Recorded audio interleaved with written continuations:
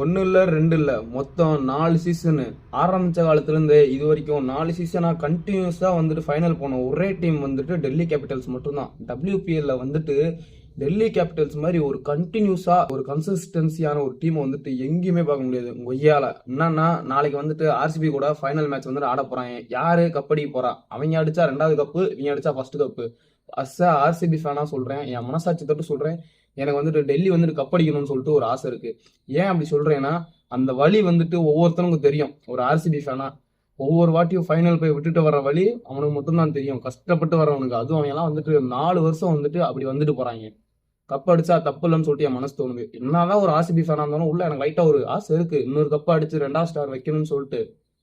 பரவாயில்ல, அவங்களும் கப் அடிக்கட்டும், தப்பே கிடையாது. ஏன்னா வந்துட்டு அவங்க டிசர்வான டீம். ஒவ்வொரு வருஷமும் 4 வருஷம் வந்துட்டு கண்டினியூஸா கிட்ட வந்து விட்டுட்டு போயிடுறாங்க. ஸோ அவன் கப்படிக்கிறதுல வந்துட்டு எனக்கு ஒன்றும் கவலைப்பட போகிறது கிடையாது. யார் கப்படிச்சாலும் வந்துட்டு சந்தோஷப்படுவேன்.